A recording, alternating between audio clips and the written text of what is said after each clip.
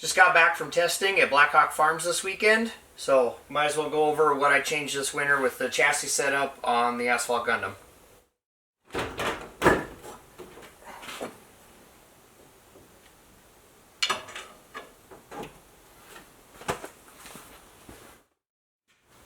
For starters, you can see a lot has happened under the hood.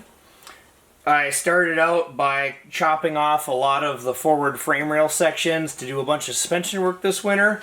But as far as what happened forward of the suspension work is we went to tube frame horns. I wanted to delete the stock radiator core support to try to save weight. And most importantly, I wanted to lean this radiator forward to allow more room to get the hot air out. And I'd like to fully duct it in the future. Because we were removing the steel inner fenders and the radiator core support, it makes the front of the car a bit unstable. So a big part of that was adding fender chassis tubes, or supports if you will. The big thing there is they tie into the frame rail section, and then they also bolt in up by the bottom of the windshield to add the structural integrity back to the front of the car. Because otherwise, before, if you unbolted the fenders from their stock core support there, it actually would sag the whole front end of the frame if you tried to jack it up back by the windshield.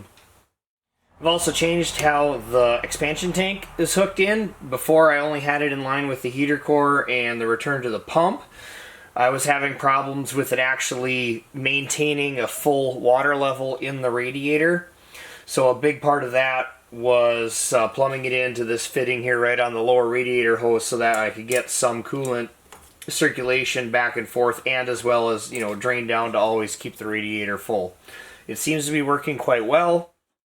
Continuing with the cooling mods, along with tipping that radiator forward, you can see now that I have a fully ducted lead-in to the radiator from a top plate that sits, I don't know if you can see it very well, sits underneath that support bar for the front end, so that any air coming through the grills or gets exposed to this lower duct will be forced to go through the radiator.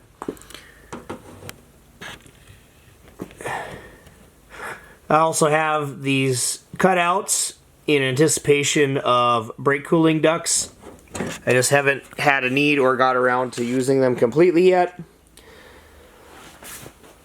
Some of this will be covered up when the splitter goes on, but for the most part there, it's getting a ton of cooling air right now.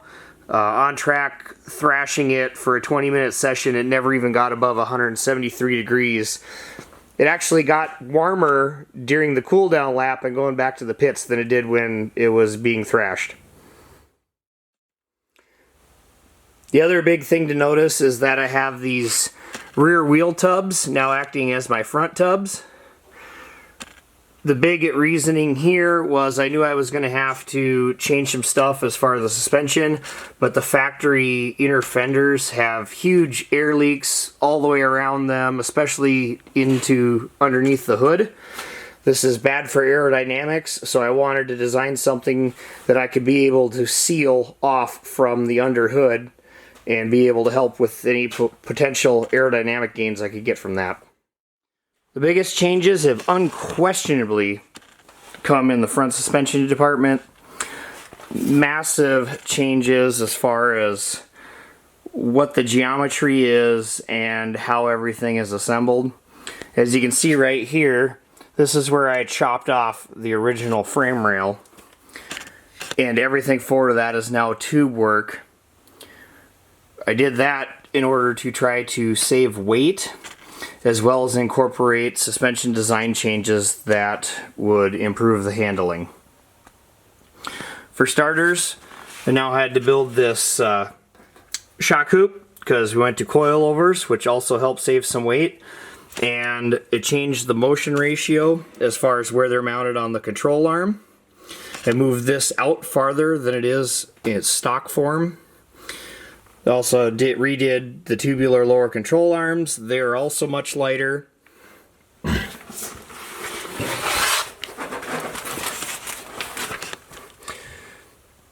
Another big change is going to a 3-piece speedway spindle.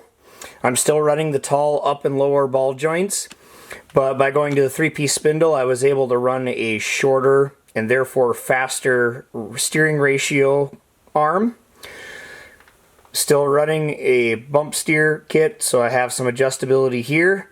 The big reason for going with the short ratio arm was to maintain and actually just quicken the steering a little, because the big change was going to a rack and pinion steering setup and ditching the stock box. Now, this is a used unit that I got, still doing on this on a budget, but it's a 2.5 inch per revolution Coleman square rack.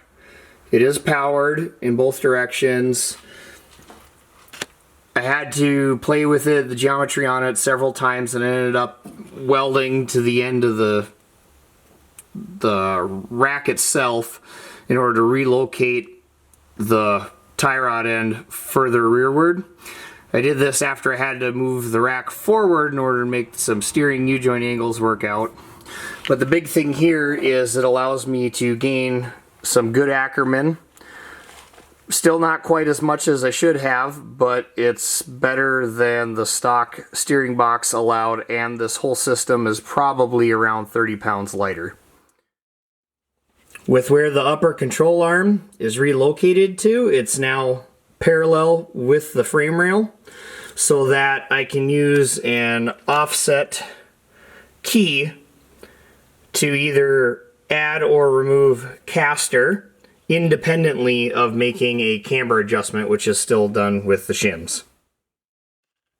Probably the most effective change is the roll resistance of the front of the car, which was done with a splined 1.5" splined sway bar that's gun drilled through to reduce the weight some. These generic 30-degree arms that I then bent to fit the dimensions I needed, and having the fully spherical rod end style end links. It has greatly reduced the body roll, and by doing so has kept the car nice and flat. With the way the suspension moves now, I'm getting around 2.5 degrees of camber gain for every 2 degrees of body roll. So as I go into a corner and the body rolls over, I'm actually having about a 0.5 degree camber gain for every 1 inch of travel. Here's a better shot of what's going on with that steering rack and offset. You can see the hole where you can see the whole floor through it is the original position, and then I've got that ear welded on to offset it back farther. But the big thing here is it ends up quite tight, if we can see in here, where I got a lot going on there. We had to play with the position a little bit in order to get the U-joints and stuff to not rub on the header. Here's another shot where you can see just how tight it is. I mean, we're pretty close to maxed out on some of the angles, but everything clears. It operates nice and smooth. I don't have any rubs or tight spots, and it seems to be working quite well so far.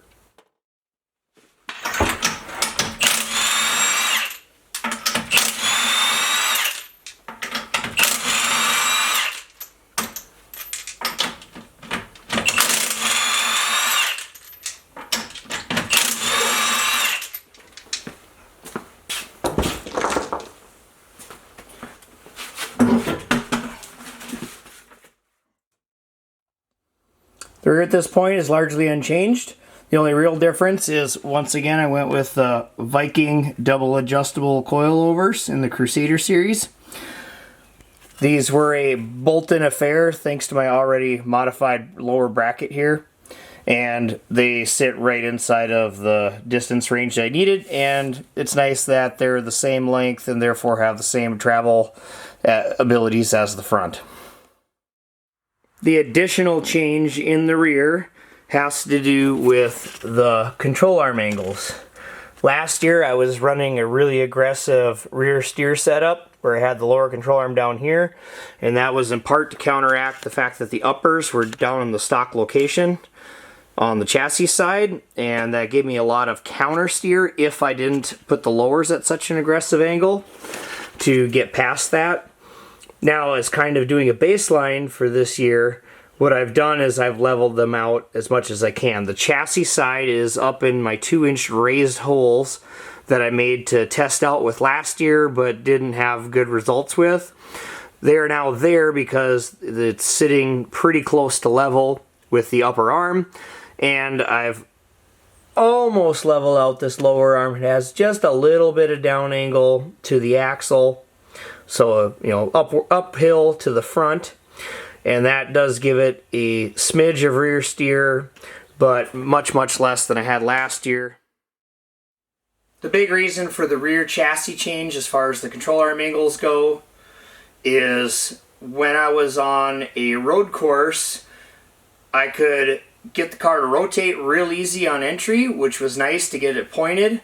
However, when I started to apply throttle to come off corner, it would induce a tighter steer because the chassis was still loaded up in a way that I had a lot of rear steer, and I'd actually have to unwind the wheel to try to catch it from, essentially it was trying to spin out. So by leveling out those arms, I'm going to a more stable rear suspension setup where I can put the power down and not have to do so much chasing it with the steering wheel.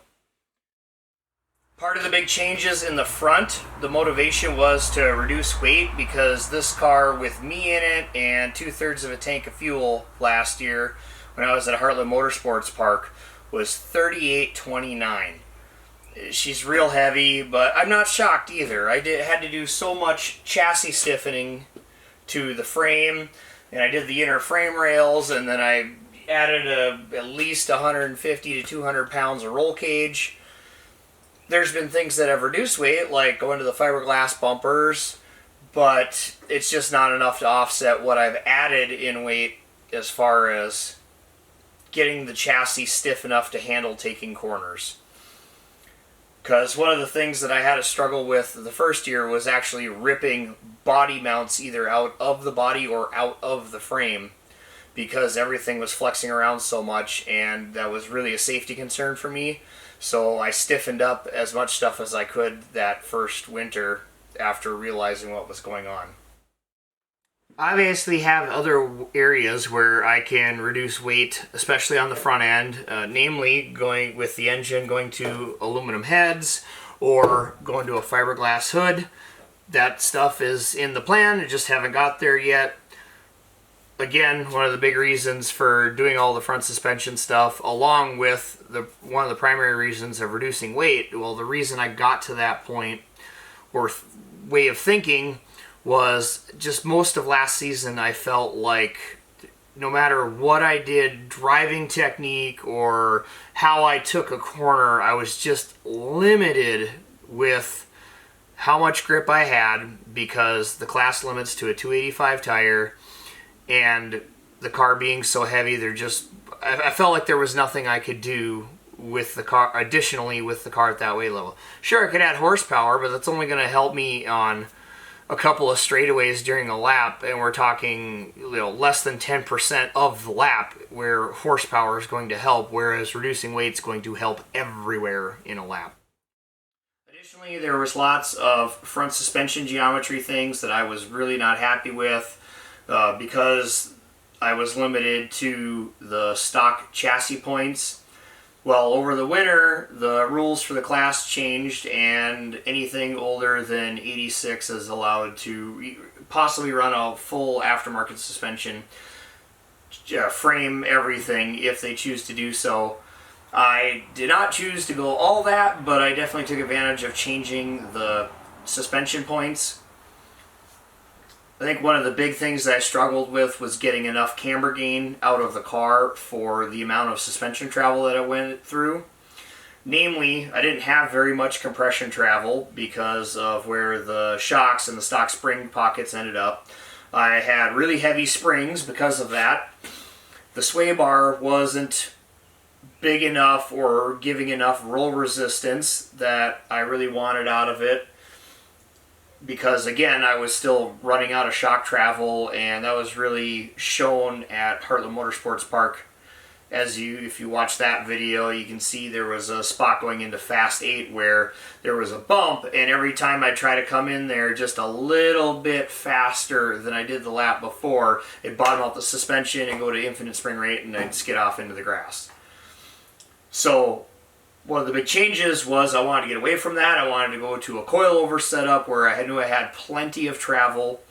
Actually, with these Viking coilovers, I have a total from a full extension to full compression of 5 3/4 inches.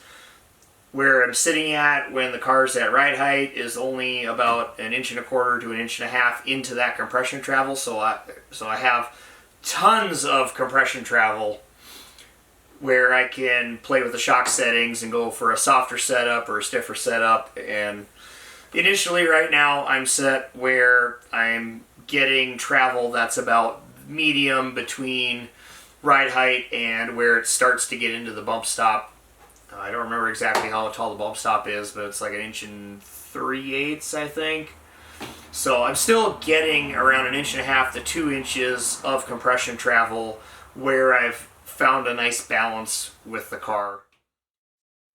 The interior is unchanged for this year. One more change that I did do in the rear is the 4 9-inch has gotten a 380 gear versus the 370, because what actually broke at Road America last year was I sheared the diff in half, which turns out was a mini spool in there and not a limited slip clutch type like I thought it was. So now that we have a Torsen gear type diff. The engine is the exact same setup as last year. In fact, when I took it out in the fall, it went under the bench and it came back out and went right back in the car. No freshen up this year, and now that I've had the first track event under its belt there, it's still running very strong, and I don't see having any problems with it for at least a few events here until I get the new engine. The reason I haven't gone to the new engine for more horsepower and lighter weight yet is because with all the suspension changes, I just want to get the chassis sorted out before I have to start worrying about trying to add more horsepower and potential other new problems into the mix, as the new one will be set up with a full dry sump as well. I know that was kind of a quick rundown of some, let's be honest, very major changes over the winter. So if you got questions, go ahead and ask them in the comments. I'll throw in some on-track footage from Black Hawk Farms. But as far as it being my first track day of the year under my belt, I can say that the car is handling fantastic. It's better than it's ever been. You have no idea how relieved I am that I didn't spend all winter ruining my car or turning it into a big piece of shit.